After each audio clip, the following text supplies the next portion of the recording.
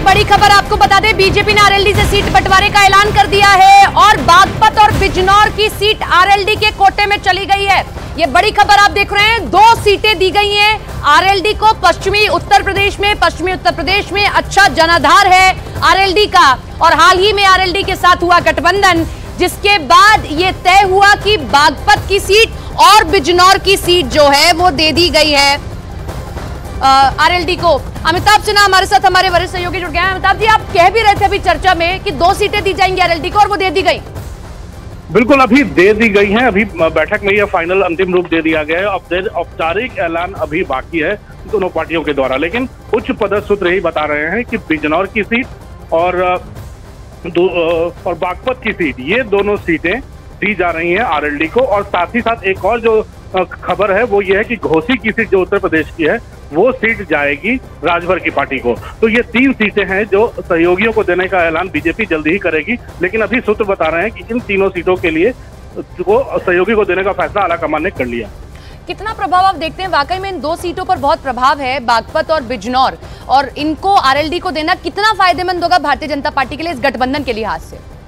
देखिए, तो एक जाट वोट बैंक उनके पास था और दूसरा भी किसान आंदोलन को लेकर काफी चीजें चल रही थी। तो आरएलडी का साथ आना, खासकर चरण सिंह को भारत रत्न देना, उनके नाम पे एयरपोर्ट का नाम रखना, ये काफी लुभा गया है जयंत चौधरी को भी। और जयंत चौधरी उस परिवार की परंपरा को आगे बढ़ा रहे हैं और जयंत चौधरी को अब जाहिर है कि जयंत चौधरी अब उस पार्टी से राज्यसभा में भी आएंगे और उनकी पार्टी उत्तर प्रदेश में भी प्रतिनिधित्व मिलेगा। और मुझे लगता है पश्चिमी उत्तर प्रदेश में बीजेपी को इसका काफी फायदा होने वाला है। अमिताभ जी, घोसी सीट की भी हम बात करेंगे। मौजूदा समय में जो सांसद है वो अतुल राय, पूरा 5 साल उनका जेल में बीत गया, अब यहाँ पर दे दी गई है, ये भाजपा को देने की बात भी हो रही है।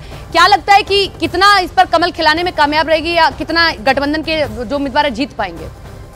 देखिए, जो भी सीटों का ऐलान हुआ है वो जातीय अंकगणित को देखकर ही हुआ है। और अगर घोसी की सीट राजभर की पार्टी को देने की बात हो रही है तो इसका मतलब ये है कि बीजेपी का अपना वोट बैंक और राजभर का वोट बैंक, ये मिलाकर वहां प्रभावी साबित होंगे। इसलिए ये सीट घोसी से राजभर की पार्टी को देने का तय हुआ है। और बीजेपी चाहती है कि जो छोटे अगर जिलों में भी गठबंधन बनाकर अगर जीत सुनिश्चित की जाए तो वो उसके लिए बीजेपी आगे बढ़ रही है।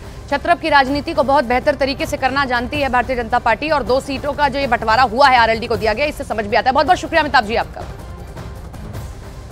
दिल्ली में जिस वक्त बीजेपी अपनी पहली 195 सीटों की सूचना दे रही थी, जब घोषित कर रही थी, ठीक उसी वक्त प्रधानमंत्री नरेंद्र मोदी बिहार में मौजूद थे। औरंगाबाद, बेगूसराय, बिहार के मुख्यमंत्री नीतीश कुमार दोनों जगह मंच पर पीएम मोदी के साथ खड़े दिखाई दिए।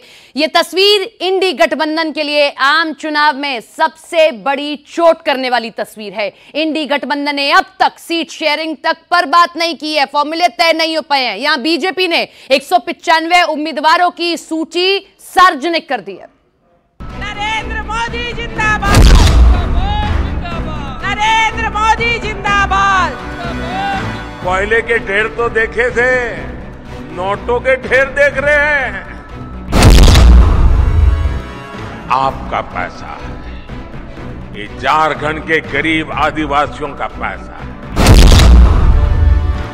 काम पूरा भी करते हैं और हम ही उसे जनता जनार्दन को समर्पित भी करते हैं। ये मोदी की गारंटी है और वो गुंज है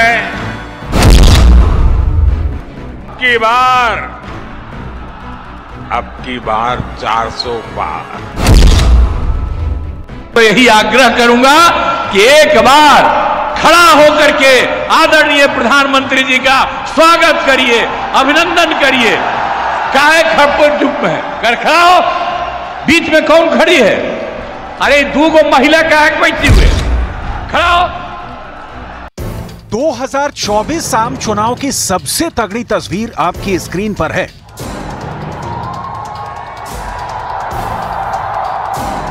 विपक्ष की कमर तोड़ देने वाली इस तस्वीर का गुणा भाग अब की बार 400 के पार ले जाने की क्षमता वाला दिखता है। तो इस बार तक कम से कम 400 सीट आप जीतिएगा। बिहार के औरंगाबाद में मंच पर प्रधानमंत्री नरेंद्र मोदी हैं और उनके साथ हैं बिहार के मुख्यमंत्री नीतीश कुमार। ये पहली तस्वीर है नीतीश कुमार की प्रधानमंत्री नरेंद्र मोदी के साथ मंच पर जब से नीतीश फिर से एनडीए के हुए हैं। आप पहले आए थे इधर हम गायब हो गए थे, तभी हम फिर आपके साथ हैं।